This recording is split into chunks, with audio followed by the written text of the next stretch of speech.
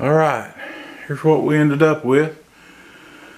Only planted half of the candies and half of the Sierra Blancas, the white ones, because I had 800 seeds. I think I'm going to wait 2 weeks and succession plant, and there was only 200 seeds in those red ones back there.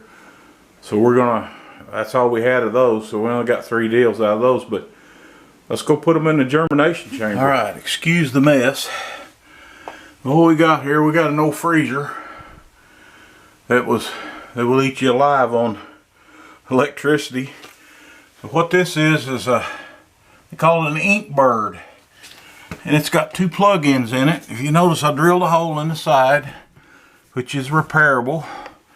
But this ink bird has settings on it, and I found that 72 degrees is probably not showing up on the camera, but it's set at 72. It's telling you what the temperature is in there right now. It's at 53. But it's got a plug here. One's for cooling, where you plug the freezer in, and the other one's for heating. And let me get around there and open the door, because I don't have much room here, because I got this thing shoved in here. And I'll show you what we got on the inside. All right, what we got on the inside is a simple crock pot, and we'll put water in that in just a second. And when we put our onions in here, you can see it's pretty dirty. I've been experimenting, and it works real well. But what it does, it keeps a constant, perfect temperature in here. And that ink bird out there is a little computer, and it controls it. When it gets too cold, it kicks the crock pot on. You get moisture and heat from the crock pot. When it gets too warm, the freezer will kick on. It'll kick the crock pot off, kick the freezer on. So let me get these in here, and I'll show you what we got. I've got this shoved in here in a little room off my garage, and I don't have much room. And what I forgot to show you is there's a sensor.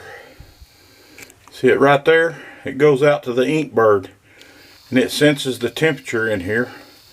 So we got our first batch in here. We'll get the other ones. Okay, we got both trays in here.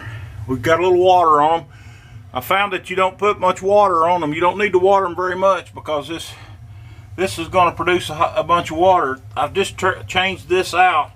We had a big crock pot in there, and it was too much. It was really putting too much moisture in here. So I got this little one. We found it at a flea market or something for, I think, $5 or something, and we're going to try it and see how it works. But I'll do a whole video on this germination chamber when I get it out of this space that it's in, and where I got more room. So that's it. We're gonna go for it, and that's the first planting of 2024 onions, and I'm going to try to do a succession of videos on these as we go through, and that way we can keep up and see how they work. It's the 23rd of January. We'll see how many days it takes for these to sprout. Thank y'all for watching. See you next time.